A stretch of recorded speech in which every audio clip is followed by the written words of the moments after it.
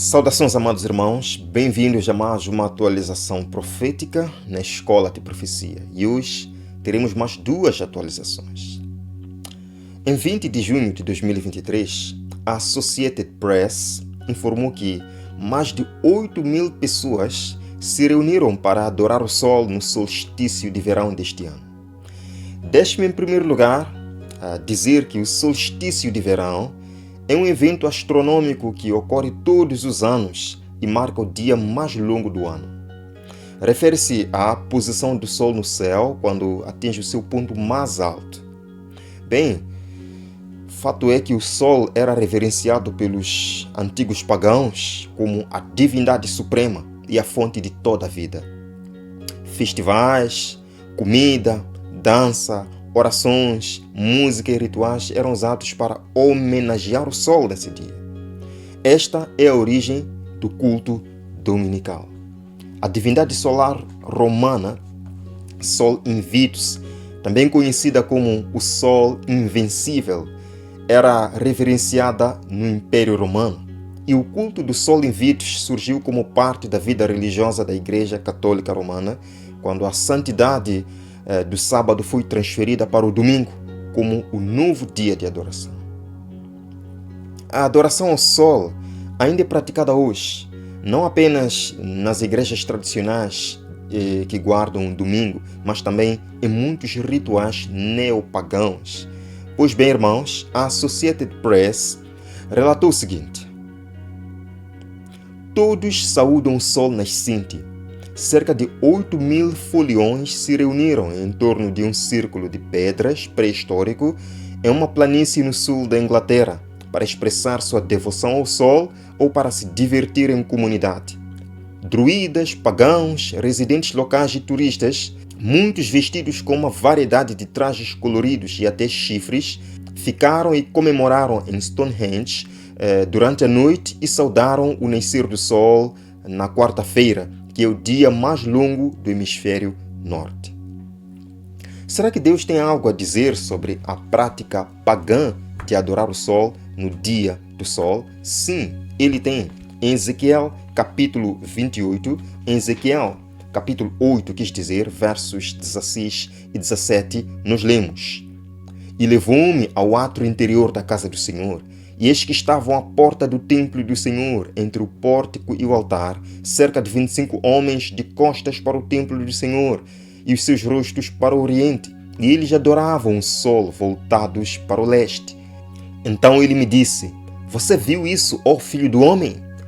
É uma coisa leve para a casa de Judá, que eles cometam as abominações que eles cometem aqui.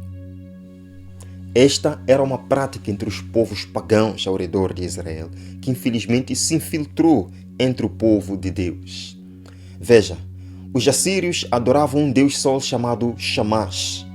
Os egípcios adoravam um deus sol chamado Ra. Os babilônios adoravam um deus sol Tammuz. Os gregos adoravam um deus sol Hélio.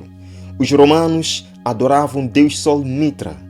É interessante que mesmo no Novo Testamento, as práticas de adoração solar ainda eram fortes. Bem, alguns historiadores renomados nos contam que, por exemplo, temos este historiador, nos contam que o primeiro dia da semana, que é o domingo, era consagrado a Mitra desde os tempos remotos, conforme afirmam diversos autores. Quem escreve isto é Agostinho de Almeida Paiva, no livro Mitraísmo, edição de 1916, página 3.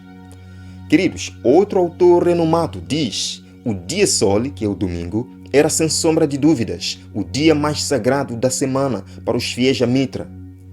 Enfim, passaremos a tarde toda mostrando livros de história, falando do mesmo assunto. O fato mais interessante é que no século IV, um imperador romano, Constantino o Grande, recém-convertido ao cristianismo, emitiu, em 7 de março de 321, o seguinte decreto. Vemos aqui o decreto do imperador Constantino. No venerável dia do Sol, que os residentes das cidades, magistrados e povo em geral descansem e que as lojas permaneçam fechadas. Encontramos na História da Igreja Cristã, edição de 1902, volume 3, página 380. Satanás não conseguiu enganar os cristãos fazendo-os dobrar os joelhos diante do sol, mas conseguiu fazendo-os honrar o venerável dia do sol, o domingo. O domingo não era apenas um dos muitos costumes pagãos nos tempos do antigo Israel. Era uma prática anticristã na igreja primitiva. Num sentido muito especial, irmãos, o domingo era uma marca ou símbolo de apostasia. Está em oposição direta ao decálogo e ao selo do Deus vivo. Depois de centenas de anos de apostasia gradual, a igreja foi levada a adotar um tipo de cristianismo paganizado. O homem do pecado exaltou-se acima de Deus ao afirmar ter o poder de mudar a lei divina, o quarto mandamento de Deus, da lei moral. Hoje, quase o mundo inteiro aceita a falsificação. Ellen White, no livro Grande Conflito, página 53, nos diz: o arqui-enganador não havia completado sua obra. Ele estava decidido a reunir o mundo cristão sob sua bandeira e a exercer seu poder por meio de seu vice-regente, o orgulhoso pontífice que afirmava ser o representante de Cristo. Por meio de pagãos semi-convertidos, prelados ambiciosos e clérigos que amam o mundo, ele cumpriu seu propósito.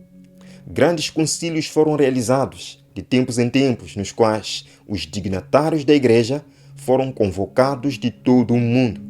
Agora veja aqui, em quase todos os concílios, o sábado instituído por Deus foi rebaixado um pouco mais, enquanto o domingo foi correspondentemente exaltado.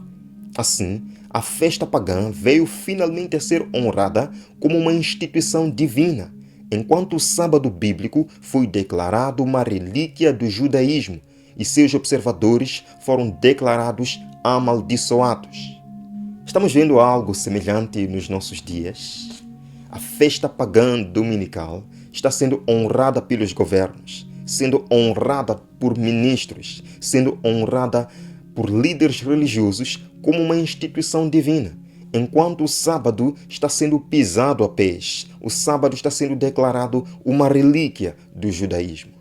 Brevemente, nós veremos uma grande adoração ao sol, quando o mundo inteiro dará seu poder e autoridade à besta.